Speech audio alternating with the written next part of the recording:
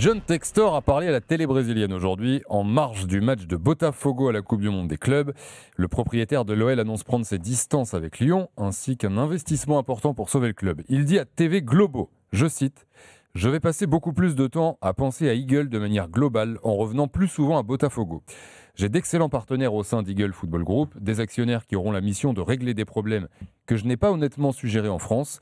J'ai hâte de me reconnecter avec le Brésil. Nous sommes très bien capitalisés, nous allons investir une somme importante, nous venons de vendre Crystal Palace, nous n'avons aucune difficulté financière, nous n'avons jamais eu autant de liquidités, mais dans le processus, j'ai fait certaines choses qui ont déçu les organismes de contrôle là-bas, donc en France, et nous devons corriger cela.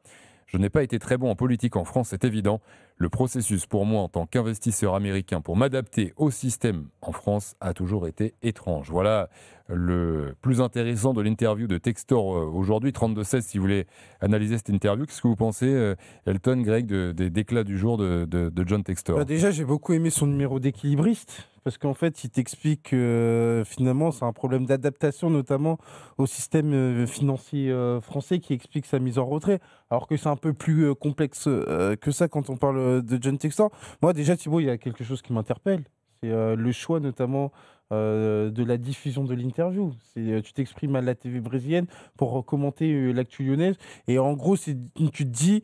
Moi, ce que je ressens sincèrement, c'est que en fait, je vais me retirer de l'Olympique Lyonnais pour davantage me consacrer à Botafogo. Alors que non, aujourd'hui, la situation la plus importante pour moi, c'est l'avenir de l'Olympique Lyonnais. Et donc, moi, il y a un espèce de relativisme qui ressort de tout ce qu'il a pu dire, en expliquant qu'au final, il y a d'autres personnes qui vont s'en occuper, qui seront peut-être un peu plus adaptées, notamment à ce que demande la DNCG, parce qu'il est question de ça. Et donc, moi, j'étais peut-être pas l'homme de la situation, mais en même temps, c'est pas un problème financier puisqu'on a du cash. Donc moi, c'est un numéro d'équilibriste, moi, qui me plaît pas. Greg ? Il nous a pris pour de lapin de 6 semaines, surtout. Je pense que là, ce qu'il est en train de dire, on le sait depuis le début. Il est là, le constat, surtout. Donc, ça prend rien aujourd'hui ? Non, non. Parce que c'est vrai, le côté... je vais prendre un peu de recul et je vais être plus souvent à Botafogo. Bon courage pour être encore plus à Botafogo que ce qu'il faisait ces 2 dernières années, parce qu'il était pas mal quand même à Botafogo. C'est ça qui clairement, c'est pour ça. Non, c'est du foutage de... Ouais.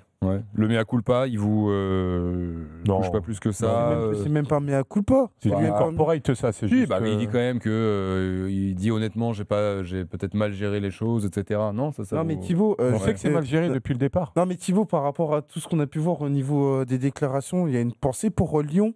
Est-ce que le nom de Lyon est cité dans l'absolu ? Là, je l'ai. Ah, tu vois, je te prends. Il me fait bégayer celui-là. C'est pour ça que je te parle de foutage. C'est pour ça que ça est très le choix des mots, le choix de notamment. Mais du coup, t'en conclus quoi ? Qu'est-ce que ça veut dire ? Parce qu'il n'en a rien à faire Ah non, c'est que en fait, il relativise. En fait, on est purement dans un investissement qui n'a pas marché, et c'est pas grave, on passe à autre chose. C'est-à-dire, j'ai mis mes billes là-bas, ça n'a pas marché, et ok, il y a d'autres personnes qui vont s'en occuper de manière très cynique. Alors que, pour moi, on n'est pas sur du cynisme quand on parle d'un monument du football français. Mais quand il annonce qu'il va prendre du recul, parce que là, c'est ce qu'on commençait à entendre et à voir comme information ces derniers jours, là, lui-même le dit, on peut penser peut-être que c'est quand même une bonne nouvelle pour l'OL. Oui, c'est une bonne nouvelle, mais c'est la moindre des choses. Mais c'est une obligation, parce que quoi qu'il arrive, Textor est assimilé à l'échec de l'OL. Donc, quoi qu'il arrive, ça ne rendait pas service à l'OL. Et encore une fois, on était déjà là ensemble hier. C'est ok, il prend du recul, mais c'est surtout qu'on l'a invité à prendre du recul parce que derrière Textor, il y a notamment Arès qui n'a pas envie d'avoir un investissement, un investissement perdant.